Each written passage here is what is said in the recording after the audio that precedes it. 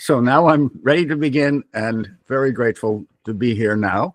I am a physician and a biochemist. I maintain a fellow status in a number of different societies from which you can conclude I either have a Jewish mother or I'm easily bored.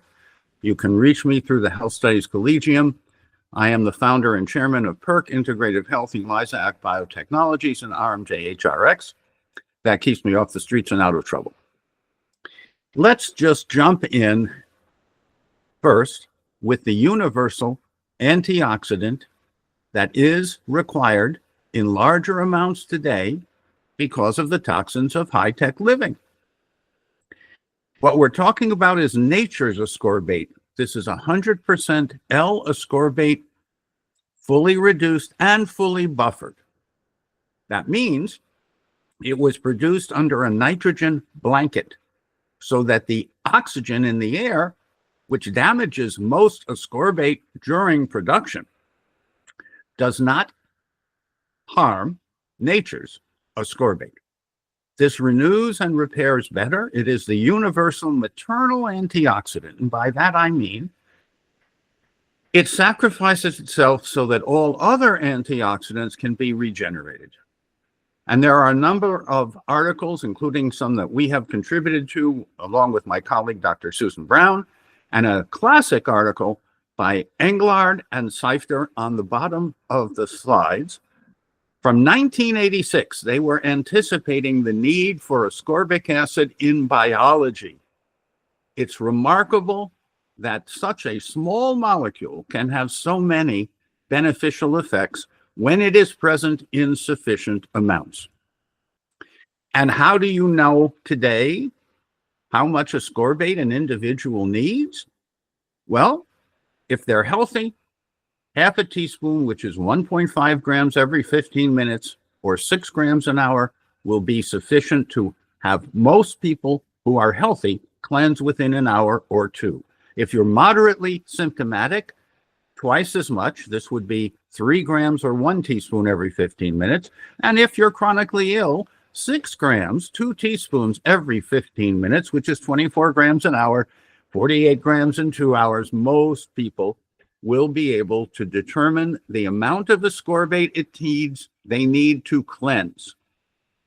The amount you need to cleanse determines how much you should be taking every day. Half to 3/4 of the amount to induce the cleanse. Let's say the cleanse takes 1 hour and it's 24 grams at 6 grams every 15 minutes. How much should you be taking every day? Between 12 and 18 grams spread through the day. If you need this much ascorbate, I suggest in the morning you get a jogger's bottle, you put the amount of ascorbate for the day in that, you fill it with water or any beverage of your choice, and you sip on it throughout the day. The need for ascorbate is dramatically greater because of high-tech living, because of the toxins in the environment. For many, many reasons, the need for ascorbate is greater today than ever. Now, this is over 4,000 people that we studied. I'm going to show you the colors. The color yellow means healthy. They tend to calibrate or have a C cleanse on 5 grams or less. Then minimal symptoms in orange, 5 to 10 grams. Green, 80% of people need between 10 and over 100 grams. And then on the far right, there are a few people who have prodigious oxidative needs, and their antioxidant needs are equally prodigious. So we want to know how much of nature's antioxidant is needed. And just to focus in on one specific item, for 1 gram of ascorbate, and you can go through the math, you will eliminate about 10 micrograms of toxic mineral total. Mercury, lead, cadmium, arsenic, nickel. For each gram, you eliminate 10 micrograms. The daily exposure for most people in the industrial world is 20 micrograms. So the first 2 grams per day will help remove the daily accumulation of toxic minerals, and your total ascorbate need will be even greater. Now, it turns out there's another aspect that is critically important, along with antioxidant, mostly ascorbate C cleanse. You also need to know about metabolic acidosis and catabolic illness. And you measure the urine pH after rest. The urine pH after rest should be 6.5 to 7.5, and that means you need 2 doses a day. 2 doses a day of 220 milligrams elemental magnesium along with choline citrate. Choline citrate is the secret sauce that triples the uptake of magnesium, correcting metabolic acidosis and correcting catabolic illness. So choline citrate along with magnesium, 220 milligrams twice a day. That gives you 440 milligrams at a minimum of elemental magnesium with the uptake enhanced by the choline citrate. Then you correct choline deficiencies. Choline becomes acetylcholine, a beneficial neurohormone. Choline becomes cholinergic bile salts that stimulate the liver to get rid of fat-soluble toxins. And citrate is the Krebs salt that energizes the mitochondria and alkalinizes rather than acidifies the body. If you have enough magnesium, you push the protons out of the cell into the urine, into the sweat, into the stool, and you get rid of them. But you must enhance the uptake today with choline citrate in order to get the magnesium into the cell, into the body, into the brain, into all of metabolism. One of my favorite people writes about metabolic acidosis for New England Journal of Medicine and Harrison's Textbook of Medicine. This is Julian Seifter, the son of Sam Seifter, who was one of the authors of that classic 1986 article. And Julian at Mass General has been teaching about how important metabolic acidosis risk is, which means magnesium and potassium deficiency. Potassium backstops magnesium, but magnesium is absolutely essential. Magnesium activates ATP. Magnesium activates many enzymes that potassium does not. So it's helpful to have some potassium from the diet, but you must have magnesium, and it's easiest to take this as a supplement. So, what about cell acids and minerals? There are many minerals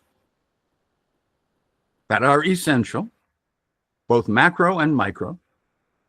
For example, we have a relative excess of calcium. We have many calcium channel blockers that are medications available today for blood pressure reduction. Yet,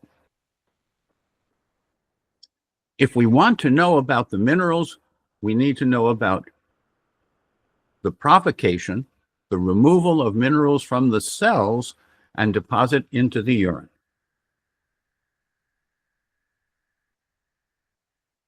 Protein renewal, protein production, protein efficiency in healthy people is more than 90%, and wounds heal quickly.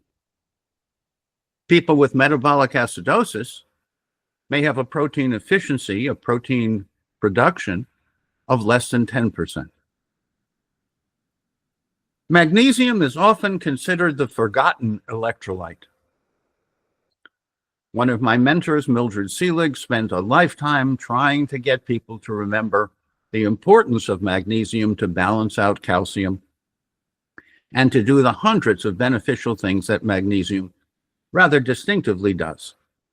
We have a review article in the Watson and Preedy textbook for you to take a look at and consider. Here's the classic Seagard-Anderson nomogram. The N stands for normal. That's pH balanced and carbon dioxide bicarbonate balanced. And you notice the up and to the left, that large bronze look, that's metabolic acidosis. There are many conditions where metabolism is altered by either breath and respiration or by renal function. But it's important to remember that the normal range for CO2 and pH is very narrow. It's exquisitely controlled. Normal plasma pH is controlled within a few thousandths of a pH unit. Metabolic acidosis means deficiency of divalent cations, mostly magnesium, needed to restore balance. A lot of this is about balance. It's kind of the Goldilocks scenario. Not too little, not too much, just right is just right. And now, with the benefit of technology, we know by self-tests how much of what is needed, how much antioxidant, how much magnesium, how much microminerals are needed. To make this assessment, we find it easy to use a little test kit, which comes with Hydrion pH color reactive material. Between 5.5 and 8 is the ideal physiologic range, and the colors allow you to tell whether it's sandy color, which would be too acid, whether it's green color, which would be just right, or whether it's blue color, which would mean catabolic illness. You measure after 6 or more hours of rest. The urine fluid equilibrates with the gastrourinary tract lining cells,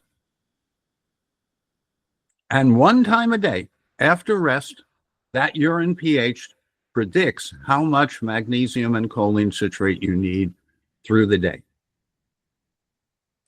During the day, there are many factors, at least 20, that influence urinary pH. Some colleagues want to know about saliva. Most people do not have pure saliva in their mouth. They have serosanguinous fluid that is produced by the inflamed tissue in the mouth. And so saliva, unless you use a Kirby cup,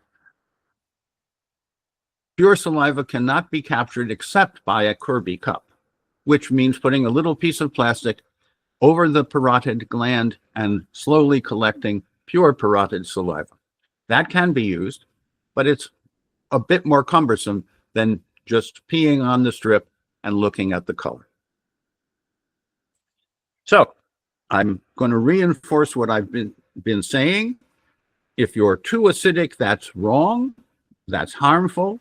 That's metabolic acidosis, which means a pH after rest of less than 6.5. Green is healthy, 6.5 to 7.5. Too alkaline is catabolic illness, where you're cannibalizing muscle protein because of impaired metabolism. You're slowly tearing yourself down and cannibalizing yourself if you have catabolic illness. Here is a table that we developed probably 25 plus years ago that makes it simple to purchase whole foods. You want 80% of what you eat when you're recovering from a wound to be more alkaline. That would be on the right. And only 20% or less on the left, the acid forming. This simplifies going to the market, buying whole foods, avoiding plastic and contaminated, preservative-rich foods, processed foods, by shifting more and more to a whole foods, alkaline-forming diet. The Joy in Living the Alkaline Way is a book that we make available to download for free, a digital copy. Shows you how to alkalinize foods and water, healthy water, how to be active, and how to check your first morning urine pH, how to judge how much magnesium with choline citrate doses you need during the day, 2, 3, 4, maybe 5. We encourage abdominal breathing, which reduces stress. We recommend a green light and being outside in sunlight for 20 minutes twice a day. Eat in harmony with your nature and lifestyle. Eat locally grown, vine-ripened, organic, or biodynamically derived as possible. Make restorative sleep a priority. We recommend half an hour to transition from the doing of the day to the being of the night. We recommend a half an hour transition from active to rest. And with this half an hour transition, we achieve restorative sleep in 90% of people who have previously been unable to sleep deeply and well, because there are so many benefits, including to wound healing, from restorative sleep. We want to work all of our muscles and relax in some proportion. Relaxation response, mindfulness, meditation are important health-promoting activities today. Nature, nurture, and wholeness guide our choices. Alkalinizing food and water, activity, as I've indicated, to balance out and keep you moving. Magnesium with choline citrate to triple the uptake of magnesium and correct the choline citrate deficits. Abdominal breathing, just breathing deeply into the abdomen, causes a massage for all the organs and de-stresses. It reduces the stress hormones of cortisol and adrenaline. Green light and sunlight also harmonize hormones, neurochemicals, immune defense and repair, so that we can eat in harmony with our nature and our lifestyle, mostly locally grown. In our front yard, we have no lawn to mow. We have a 15-year-old permaculture biodynamic food forest from which we harvest herbs and whatever is seasonally ripe on an almost daily basis. And make restorative sleep a priority. And walk, ideally 8,000 to 10,000 steps a day. Walking turns out to be an excellent exercise.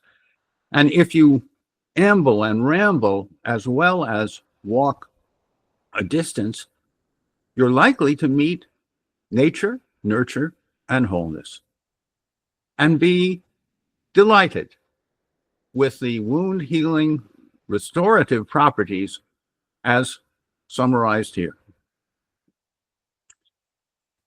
These have been just a few slides.